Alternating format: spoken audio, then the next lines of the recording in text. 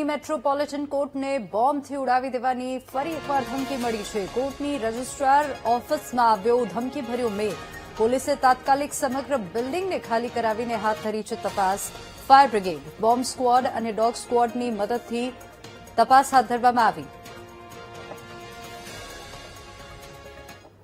અમદાવાદમાં ફરી એક વખત કોર્ટને બોમ્બથી ઉડાવી દેવાની ધમકી ઈમેલ દ્વારા મળવામાં આવી છે। હાલ જે મેટ્રો કોર્ટ જે છે ત્યાં ખાલી કરાવી દેવામાં આવી છે। વકીલો પણ અત્યારે બહાર નીકળ્યા છે। જે અરજદારો જે કોર્ટમાં આવ્યા હતા તેઓને પણ સલામત બહાર કાઢવામાં આવ્યા છે। પોલીસની ટીમ પહોંચી છે, સાથે ફાયર બ્રિગેડની ટીમ પણ હાલ મેટ્રો કોર્ટ ખાતે પહોંચી છે। ત્યાં ચેકિંગ હાથ ધરવામાં આવી છે। બોમ્બ સ્ક્વોડ અને ડોગ સ્ક્વોડની જે ટીમ છે તે સતત ચેક કરી રહી છે। કોર્ટના પરિસર અને કોર્ટની અંદર જે કોર્ટરૂમ આવેલા છે તમામ જગ્યા પર અત્યારે હાલ સર્ચ કરવામાં આવી રહ્યું છે। સૌથી મહત્વની બાબત છે કે અત્યાર સુધીમાં કોઈ પણ પ્રકારનું શંકાસ્પદ વસ્તુ મળી નથી, પરંતુ સલામતીના ભાગરૂપે હાલ તો જોઈ શકાય છે ફાયર બ્રિગેડની ગાડીઓ પણ જે કોર્ટ ખાતે પહોંચી ગઈ છે।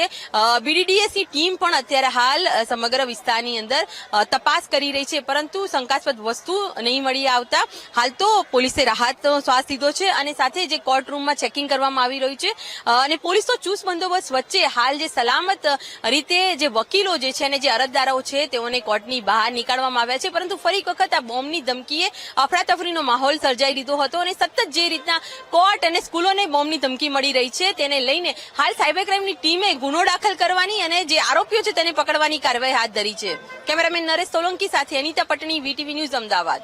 આજે રજિસ્ટ્રાર જે કોર્ટના જે મેટ્રો કોર્ટનું મેલ એડ્રેસ છે એના ઉપર એક સૌરભ વિશ્વાસ નામના આઈડી ઉપરથી એક બોમ્બ થ્રેટનો મેલ મળેલ, જે બાબતે સવારે કોર્ટરૂમમાં રજિસ્ટ્રાર તરફથી પોલીસ સ્ટેશન ખાતે એક ટેલિફોનિક મેસેજ કરવામાં આવેલ કે આ બાબતની એક થ્રેટ મળેલ છે એમના મેલ એડ્રેસ ઉપર।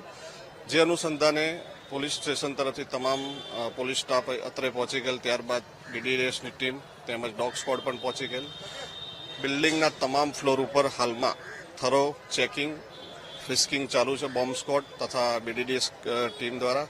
ત્યારબાદ તમામ સરાઉન્ડિંગ બિલ્ડિંગ જે છે, પાર્કિંગ એરિયા છે આજુબાજુ, ત્યાં પણ કોઈ પણ જગ્યાએ જો કોઈ બિનવારસી વસ્તુ, અનઅટેન્ડેડ વસ્તુ હશે એ પણ થરગલી ચેક કરવામાં આવશે।